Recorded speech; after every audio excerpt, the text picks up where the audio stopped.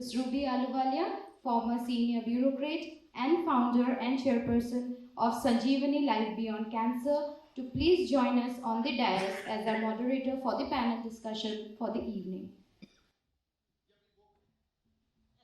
So the idea was with me for a very long time, and this year when I really thought that we should do it, I initially thought of Bombay because I have the resources there, I know people there, and it is so much easier for me. But then I thought, now I live in Goa. Goa is home. Goa is also that place where cancer is increasing at one of the highest rates in the country. So Goa had to be that place. I really had to work at least 100 times harder. But today, looking at all of you here, where each seat has a person here, really makes my life. And I'm so very grateful to each one of you who has taken out time and is here. So thank you so much for that. The way we would handle the next 3 panel discussions, which are here, we would have the first panel discussion on the challenges of cancer, which will be addressed by the eminent doctors who are traveled from all over the country. The second panel discussion would be on holistic healing, as to what all goes into healing a patient, a cancer patient, completely, physically, psychologically, and mentally. So we have amazing people here who are from the field of nutrition, from yoga, from psychotherapy, from quantum healing. I'm really looking forward to that panel discussion. And in the third panel discussion, you will be listening to those who have gone through this experience of cancer, have come out of it or coming out of it, what has been their experience, what worked for them. So that is how we will try and take that direction in the panel discussion. Ladies and gentlemen, it's my privilege to introduce our esteemed panelists who will lead us in our first discussion today, addressing cancer challenges. These visionary leaders have dedicated their lives to the pursuit of excellence in cancer care. Next, let us welcome Dr. Ashish, Director of the Homi Bhabha Cancer Hospital and Research Center, Mullanpur and Sangrur, whose commitment to comprehensive cancer care has transformed the landscape of oncology. We welcome you, sir. Dr. Ashish, he's the director, as you just saw, Tata Memorial Hospital in Sangrur and Mullanpur in Punjab. And we started working in Bikaner actually some 8 years back. And there is a cancer special which runs a train which runs from Punjab to Bikaner. Those are the incidences of cancer in Punjab. Dr. Gulia, what do you think? What could be the reasons specific to this rage which is there in cancer in Punjab? First of all, I think I want to congratulate you and everyone involved in Sanjeevani to put up this great integrative conference. So congratulations to each and everyone, and not just the Sanjeevani, each and everyone who is here. Because it's only with the dialogue we can understand more, we can put more better things in society and can make a difference. So I sincerely hope that the mission taken by you reaches miles and it is really helpful, and you continue doing such efforts in the future as well. Coming to the question which you have asked me is why that cancer train was there and was the reason for high incidences in Punjab. See, I'll put it very simply. Dr. Gopinath has already alluded to it earlier. We are changing, our world is changing. And to be honest, I'll simplify it for you. It's not that difficult to understand. If we see today in India, 1 out of 9 person, so if we are 100 here, so you can understand, 9 people will definitely have or develop cancer in their lifetime. So 1 out of 9 person in India will develop cancer in today's growth rate, what we have today. Currently, about 14 lakh new cancer patients are added to this pool, looking at our population. So we see about 100 patients per lakh. That is the new incidence which is coming, which is the ICMR data.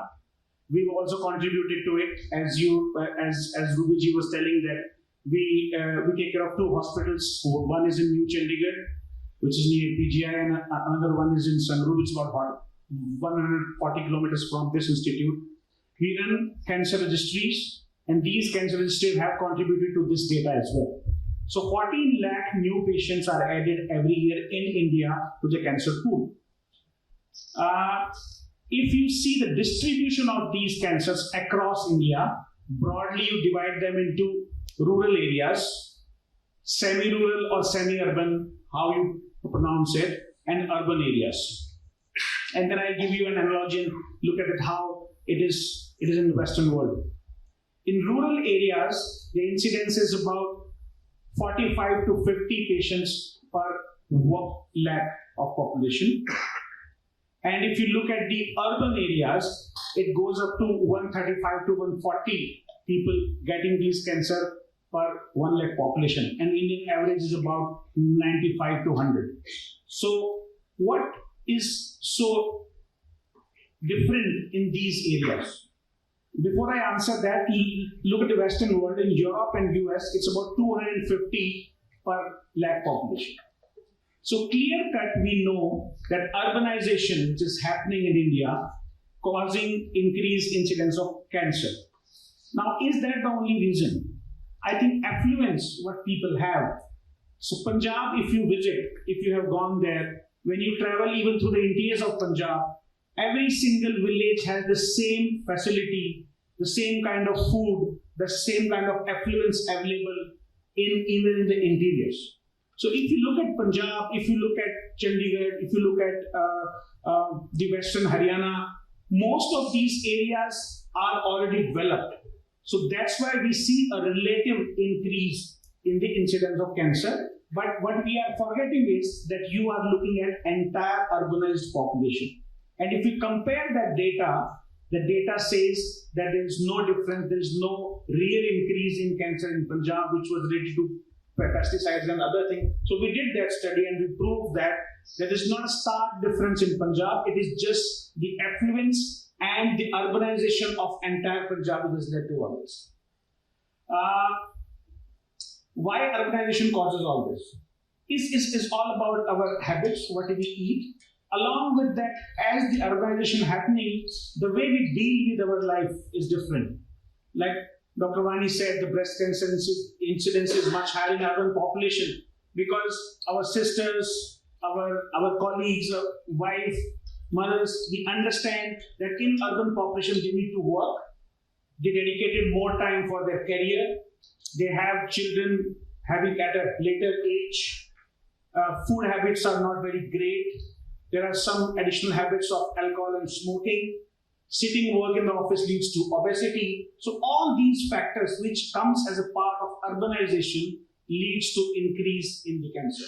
So I'll put it in a way that rather than looking at more other factors, this is globally known and it is very apparent that in many cancers, the urbanization has caused upsurge. But please don't be very sad. There's a flip side of this as well. There are some cancers like what I treat. I'm a surgeon. I'm a bone, skin, and muscle surgeon. It is not impacted by urbanization. So the rate of these sarcomas remains the same all across wherever we go.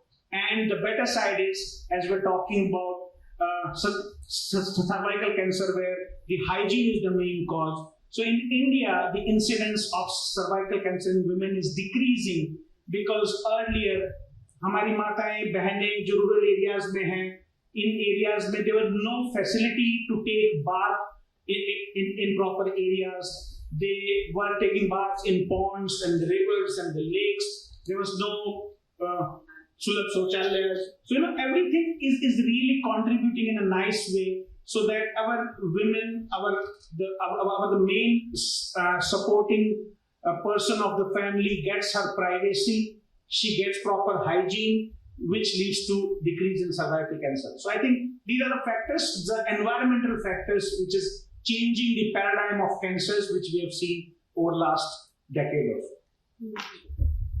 Looks like affluence is something which we need to kind of manage properly, otherwise it may start working against us. Also, please tell us about this concept of TCIN. You've been reading a lot about, would you like to talk about that? So it is some traditional complementary Integrative medicine. Yeah. What exactly it is? So, as we are sitting here, and again, I will just go back to the example of Sanjeevani because we are here and you all relate to it.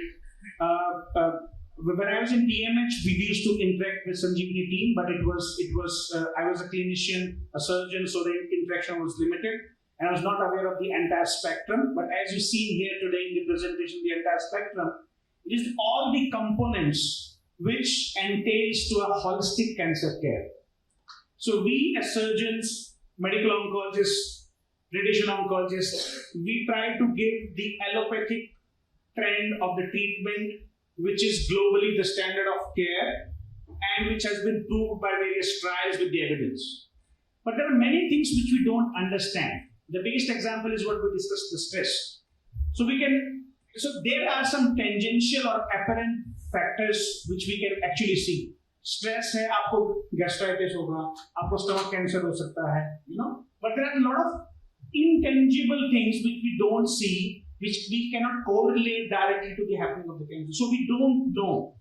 Even today also our understanding is not as great. We can't understand each and everything. We are still evolving, developing and trying to see what are the other factors. When we talk about integrative medicine, even in Tata Memorial now, we've started integrating Ayush, the Ayurveda, along with the allopathic treatment. So giving that example, we're starting a new center in Panvel where we will be growing a lot of vanaspatis and which already has some proof that it may not be able to cure the cancer, but it can help you to decrease the side effect of the toxic treatment which allopathy is giving. In turn, you will be able to complete your treatment with the specified dosages without the break and can help you to get a better outcome. So we're trying to do that.